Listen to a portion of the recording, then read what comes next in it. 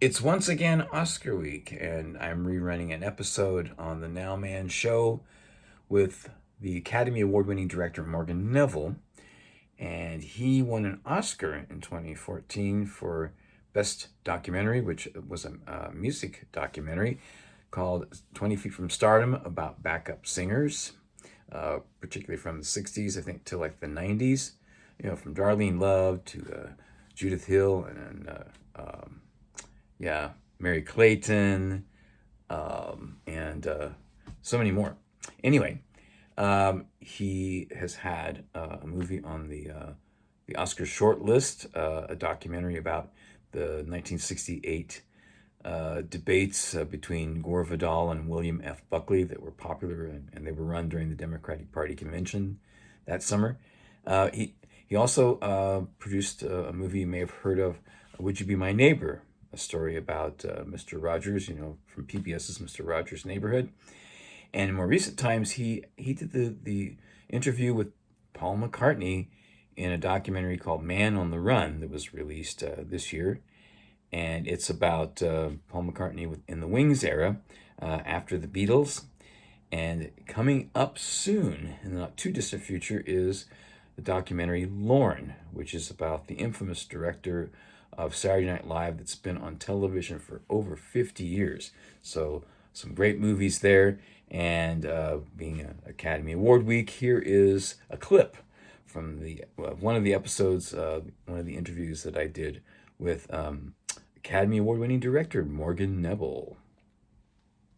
Now, in 2014, you actually won the Academy Award for Best Documentary of a film called 20 Feet From Stardom, about extremely talented singers that were like Judith Hill, Claudia Lamar, Lanier, yeah. Lanier, I'm sorry. Sure.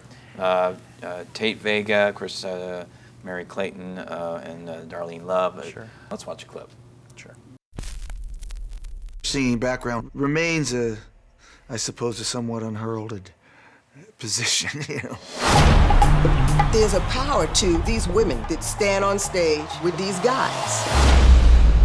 It's a bit of a walk. That walk to the front is complicated. Can you turn off the radio? How could you logically not have a diva have her music on? I don't get that. The rock and roll people like Bruce and Elton John and Stevie wanted to know who that girl singer was. My life has been all about trying to make a success of the gift that I had. She was like the really hot one of the Ikettes. She was very hot, beautiful girl. I don't set out to be the sex symbol. But you post in Playboy. My greatest pleasure is to stand back and let them do what they can do. When you're a background singer, it is a springboard, but it can easily become a quicksand if that's not what you want to do. There's no guarantees in entertainment. I've got dreams. Rough dreams. I felt like if I just gave my heart to what I was doing, I would automatically be a star. It got so bad, I started cleaning houses. And I just looked up and said, okay, you're supposed to be singing. There's a whole world out there who wants to hear you sing.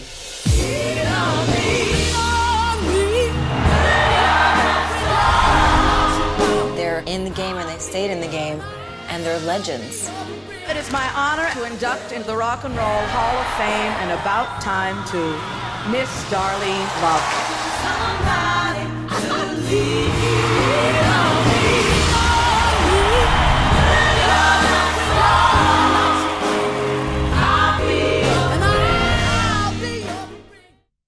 Wow. What was the real story behind what inspired the creation of that movie? Can you tell us? Sure. The real story. The idea belonged to Gil Friesen. The producer. The producer. And Gil had been the president of A&M Records for a number of years. And the story he told me the day I met him was that he had recently gone to a Leonard Cohen concert and had smoked a joint and had spent the entire concert fixated on the three amazing backup singers. Yeah. And if you've ever seen Leonard Cohen, you know he has amazing backup singers and he features them in incredible ways and just uses them. And Gil said he spent the whole concert thinking, what's their story? And he said when he woke up the next day, the thought was still in his head. You know, what are their lives like? And he said, so this is my idea. Let's make a documentary about backup singers. And I said, that's really interesting, because as much music as I know and as many music documentaries as I'd made, I didn't really know much about backup singers. And I said, well, what do you think the film is? And he said, well, that's your job.